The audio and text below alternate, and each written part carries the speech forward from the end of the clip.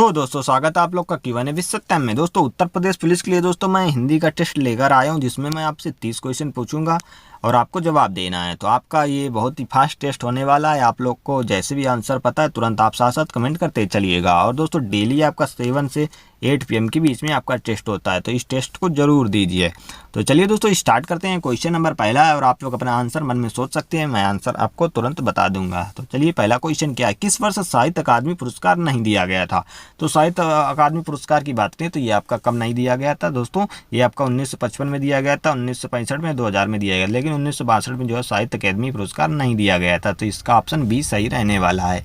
आपने यही टिक लगाया होगा। चलिए अगला क्वेश्चन देखते हैं। निम्नलिखित में से कौन सा विकल्प शब्द और उनके विलोम शब्द की जोड़ी सही जोड़ी नहीं है? तो जो आपका विलोम शब्द की सही जोड़ी नहीं है तो इनमें से कौन सी सही जोड़ी नहीं है? तो देखिए राग का विराग है, समिष्ट का जवान है, व्यष्ट का बच्चा है, ये आपका सही जोड़ी नहीं है, यानी कि व्यष्ट का बच्चा नहीं होता। उत्तम का अदम ये आपका सही मतलब सही, यानी कि आंसर आपका सी सही है। ये आपका विलोम का शब्द नहीं है। चलिए अगला देखते हैं। अगला क्वेश्चन क्या है, निम्नलिखित में से कौन सा कवि भारतेंदु युग नहीं है? जो भारतेंदु युगीन जो है आपका नहीं है, ये आपको बताना है।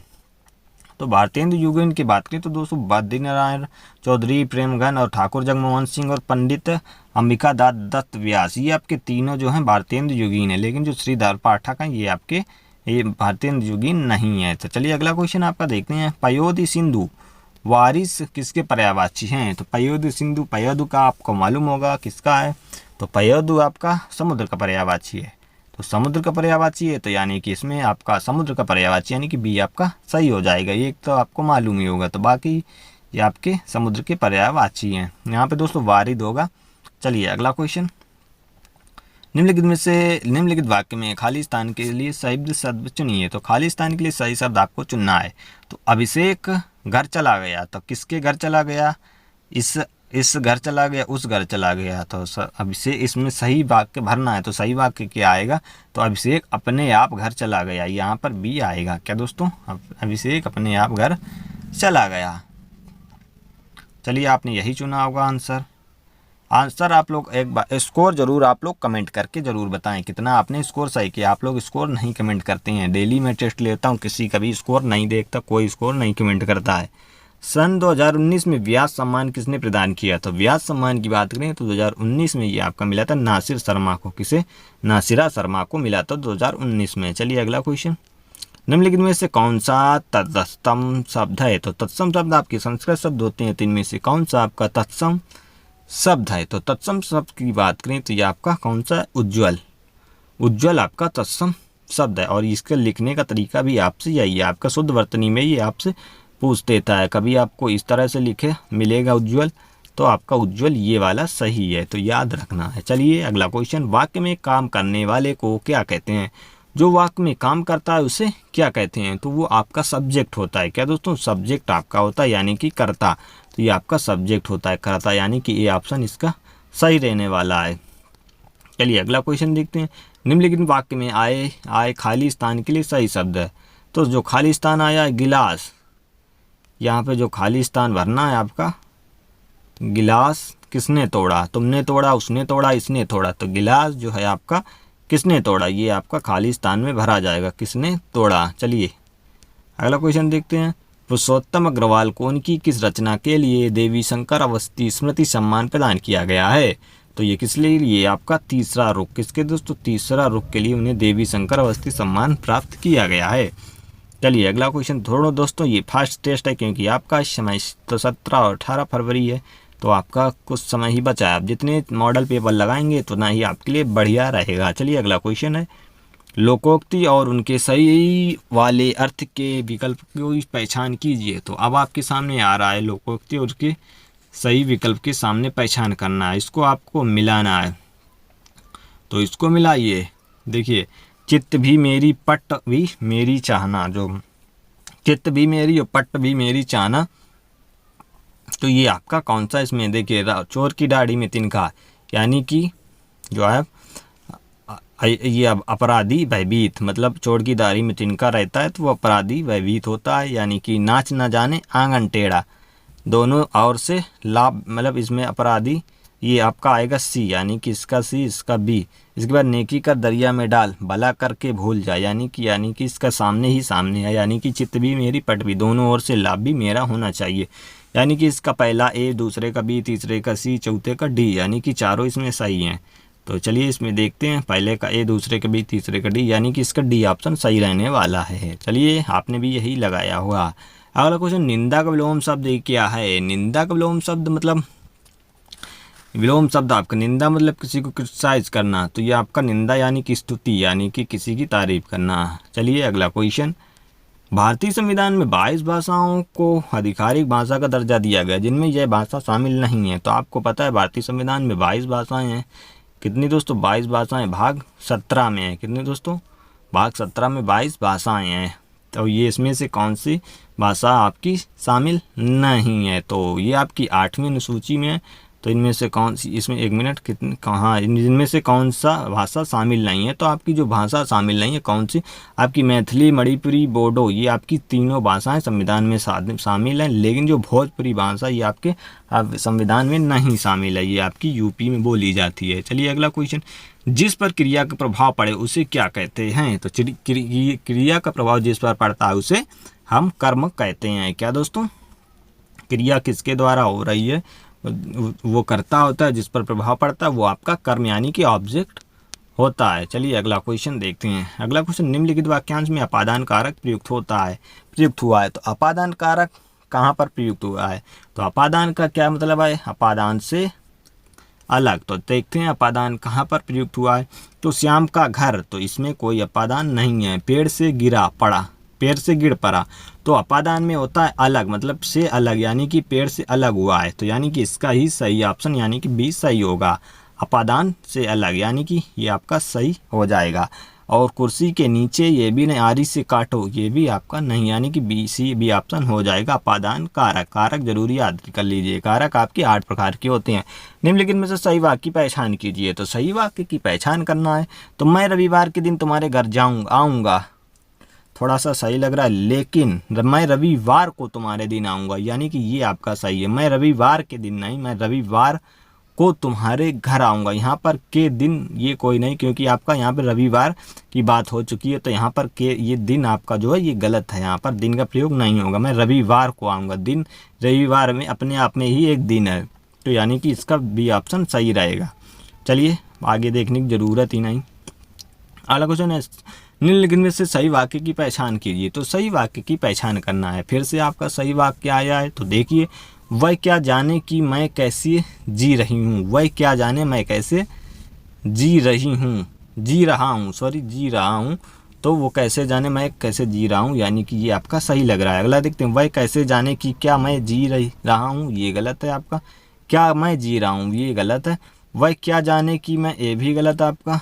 वे क्या जाने कि मैं कैसे जी रहा हूँ, ये भी आपका पहला ही सही है। वह क्या जाने कि मैं कैसे जी रहा हूँ, तो आपका पहला सही है। अगला क्वेश्चन देखते हैं, विरोधी पक्ष का वाक्यांश के लिए एक सार्थक शब्द कौन सा है? तो विरोधी पक्ष का वाक्यांश के लिए, तो वाक्यांश के लिए जो आपका ये शब्द है आपका क्या है? विपक्षी। क्या दोस्तों? विपक्षी होता है जो विरोधी पक्ष का वाक्यांश के लिए एक शब्द बताता है, विपक्षी। जैसे कि सदन में होता विपक्षी दल का नेता, यानी कि जिस पार्टी की सरकार चल रही होती है उसके विपक्ष में कौन होता है? वो विपक्षी नेता होता है।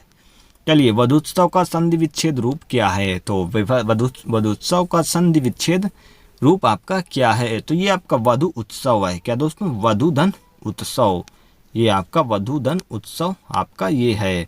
तो चलिए अगला क्वेश्चन देखते हैं। अब इसमें आपने इसका आंसर भी टिक किया होगा, बस आपको कमेंट में इसकी संधि बतानी है। इसमें कौन सी संधि है, ये आपका होमवर्क है। इसको जरूर कमेंट में बताएं इसकी संधि कौन सी है। देखते हैं कौन कितना बता पाता है। क्वेश्चन अगला है, निम्नलिखित में से कौन सा संधि विच्छेद एक गलत उदाहरण है? तो गलत उदाहरण इनमें से कौन सा, ये आपको बताना है। तो गलत उदाहरण की बात करें, देखिए महाधन ओज, तो ये आपका सही है। पोधन अक, देखिए पोधन अक में आपका, इसमें आपकी वृद्धि संधि है और इसमें आपकी कौन सी संधि है? इसमें आपकी अयादि संधि, अयादि ये संधि है, इसमें भी आपकी अयादि संधि है। इसमें नवधनिक नाविक हो जाएगा, पौधनिक पावक हो जाएगा। इसमें परोधन उपकार, यानी कि ये आपका गलत है। इसमें परहधन उपकार हो जाएगा, ये परहधन उपकार। चलिए अगला देखते हैं, यानी कि इसका ऑप्शन कौन सा डी सही हो जाएगा। इसमें गलत की बात की थी। अगला क्वेश्चन, निम्नलिखित में से कौन सा तत्सम तद्भव जोड़ी का सही विकल्प नहीं है। तो सही विकल्प की बात करें तो इसमें तत्सम आपका हिंदी शब्द, तत्सम आपका संस्कृत शब्द होता है, तद्भव आपका हिंदी शब्द होता है। तो देखते हैं इसमें कौन सा सही नहीं है। तो देखिए सूत्र, सूत यानी कि ये आपका सही है। हस्त का हाथ, ये भी सही है। चक्र का गोला, तो दोस्तों ये आपका गलत है, चक्र का गोला नहीं होता है। ग्राहक का ग्राहक, ये आपका ग्राहक का ग्राहक है, यानी कि सी, इसका जो है किसका सी ऑप्शन सही रहने वाला है। चलिए अगला क्वेश्चन देखते हैं। सुधी मनीषी बुद्ध, सुधी मनीषी बुद्ध निम्नलिखित में से किसके पर्यायवाची शब्द हैं। तो सुधी मनीषी बुद्ध ये किसके पर्यायवाची शब्द हैं। तो जैसा कि सुधी यानी कि आपका जो है ज्ञानी, क्या दोस्तों सुधी मतलब ज्ञानी होता है, यानी कि ज्ञानी मतलब आपका पंडित। तो यानी कि इसका पहला ऑप्शन सही होने वाला है, यानी कि इसका ऑप्शन पंडित हो जाएगा। सुधी मनीषी बुद्ध यानी कि सारा कुछ इसका ऑप्शन पंडित हो जाएगा। धनी पति गुरु यानी कि ये आपके नहीं रहने वाले, ये ऑप्शन सही है, पंडित इसका आंसर हो जाएगा, देख लीजिएगा। बाग बाग होना मुहावरे का सही अर्थ है। तो बाग बाग होना, बाग बाग होने का मतलब, बाग बाग होने का मतलब खुश होना, यानी कि बहुत ज़्यादा खुश होना। दिल बाग बाग हो गया, कहते नहीं मेरा दिल बाग बाग हो गया कोई अच्छी खबर मिलने के साथ, तो ये खुश होना होता है, यानी कि दिल बाग बाग हो जाना, यानी कि आपका सी ऑप्शन सही हो जाएगा। चलिए अगला क्वेश्चन, अवधि बोली का अन्य नाम। तो अवधि बोली, अवधि बोली आपका अन्य नाम क्या है, इसका कोसली। क्या दोस्तों अवधि बोली को आपको कोसली के नाम से जानते हैं। चलिए अगले क्वेश्चन, निम्न उपन्यासों में कौन सा मृदुला गर्ग द्वारा रचित नहीं है। तो मृदुला, ये आपका मृदुला गर्ग द्वारा रचित नहीं है, ये आपको बताना है। तो मृदुला गर्ग की बात करें तो इनके द्वारा उसके हिस्से की धूप, ये इन्हें की है। उसके बाद रुकोगे नहीं धारिका, तो ये आपकी जो है ये इनकी नहीं है। रुकोगी धारिका, सॉरी राधिका, ये इनकी नहीं है। चित कोबरा इनकी है, और मैं ये भी इनकी है। लेकिन जो है रुको नहीं राधिका ये इनकी नहीं है। उस तो इसका ऑप्शन बी सही हो जाएगा। क्या दोस्तों बी सही हो जाएगा, आपने भी यही मार्क किया होगा, बी ऑप्शन। चलिए अगला क्वेश्चन, निम्नलिखित में से किस साहित्यकार को प्रेमचंद की कहानियों का काल क्रमानुसार अध्ययन के लिए व्यास सम्मान प्रदान किया गया है। तो प्रेमचंद की कहानियों का काल क्रमानुसार जो है अध्ययन के लिए व्यास सम्मान प्रदान किया गया है। जो किनके लिए, प्रेमचंद की कहानी के जो काल क्रमानुसार है, तो ये जो है कौन है, कमल किशोर गोयनका। कौन से कमल किशोर गोयनका है। चलिए अगला क्वेश्चन, निम्नलिखित में से कौन सा असुर का पर्यायवाची शब्द नहीं है। तो असुर का पर्यायवाची शब्द नहीं है दोस्तों। इसमें मैंने आपके जो है पैराग्राफ से क्वेश्चन इस बार नहीं लिए, नहीं कि आपका डेली पैराग्राफ का भी क्वेश्चन लेता था, आज पैराग्राफ के क्वेश्चन नहीं लिए हैं। तो चलिए, जो असुर का पर्यायवाची शब्द नहीं है, असुर जो आपका राक्षस होता है, तो ये आपका राक्षस इसका पर्यायवाची है। और असुर क्या होता है दोस्तों, असुर आपका धनुष भी होता है, निशाचर भी होता है, निशाचर भी होता है। तो ये जो महाकाय है ये आपका असुर नहीं होता, यानी कि इसका डी ऑप्शन सही रहने वाला है। चलिए अगला क्वेश्चन, अगला क्वेश्चन है, निम्नलिखित में तद्भव शब्द का कौन सा है। तो तद्भव शब्द की बात करें, जो इनमें से तद्भव शब्द आपका कौन सा, ये नींद, नींद आपका तद्भव शब्द है। निंद्रा इसका आपका तत्सम शब्द है। चलिए अगला क्वेश्चन, अगला क्वेश्चन आपका क्या कहता है। अगला क्वेश्चन है, इनमें से जो पहले कभी ना हुआ हो, इनमें से जो पहले कभी ना हुआ हो को व्यक्त करने वाला कौन सा एक शब्द। अच्छा, जो पहले कभी ना हुआ हो इसको व्यक्त करने वाला एक शब्द आपको बताना है। तो पहले कभी ना हुआ हो, तो ये आपका अभूतपूर्व हो जाएगा। क्या दोस्तों, अभूतपूर्व, जो पहले कभी नहीं हुआ है, इसका क्या हो जाएगा, अभूतपूर्व। चलिए अगला क्वेश्चन, अगला क्वेश्चन, मार्तंड अंक अंशुमली निम्न में से किसके पर्यायवाची शब्द हैं। मार्तंड अंक और अंशुमली, तो ये किसके पर्यायवाची शब्द हैं। तो ये आपके किसके हैं, ये आपके सूर्य के हैं। क्या दोस्तों, सूर्य के पर्यायवाची शब्द हैं मार्तंड अंक अंशुमली। आपको मार्तंड तो याद ही होगा, तो ये आपके किसके, सूर्य के पर्यायवाची शब्द हैं। चलिए, ये आपका दोस्तों लास्ट क्वेश्चन है, मैं भंगी हूँ, 31 क्वेश्चन का है। इसमें आपको बताना, मैं भंगी हूँ आत्मकथा के लेखक हैं। तो ये कौन है आत्मकथा के लेखक, तो ये आपके हैं कौन, भगवान दास हैं। कौन दोस्तों, भगवान दास हैं, जो मैं भंगी हूँ कि आत्मकथा के लेखक हैं। तो आपकी दोस्तों 31 क्वेश्चन समाप्त होते हैं। तो आपको 31 क्वेश्चन में अब आपको जवाब देना है कि आप 31 में कितना स्कोर आप कर पाए हैं। तो ये आपको ज़रूर जवाब देना है।